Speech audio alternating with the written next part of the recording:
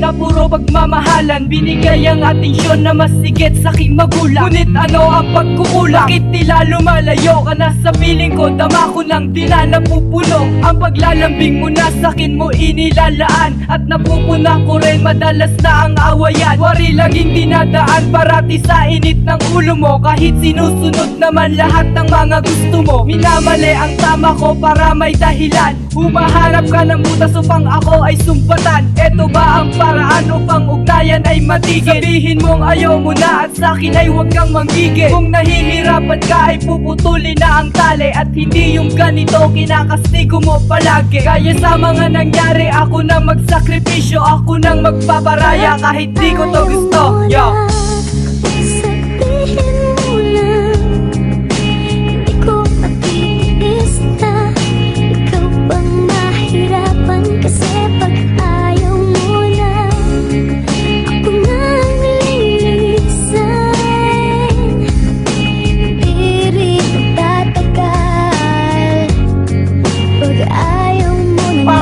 Tumatagal mukhang di ko na madama. Ang yakap na mula sa'yo ay tila may iba na ba? Akong kasama sa pag-ibig na para lamang sa akin. Matanong ko lang sa'yo at sabihin mo sa akin nang di magmukhang tanga ang isang katulad ko na umaasa na magtatagal ang relasyon na to. Ako na ang siyang lilisan para di na mahirapan kahit masakit sa akin na ikaw ay kalimutan. Pagkat ayoko ng ganitong klaseng sitwasyon, mas okay pa na magwatak ang ating relasyon. Alam mong mahal kita kaya ako'y magpaparaya. Kung yan ang iyong desisyon, sana ikaw ay naging tama. Dahil wala akong gusto kundi maging masaya ka. Pero sa'yo parang lahat di mo binigyang halaga. Ang lahat ng oras ko sa'yo lamang itinuon. Pero ikaw at di ako ang siyang mali ang direksyon.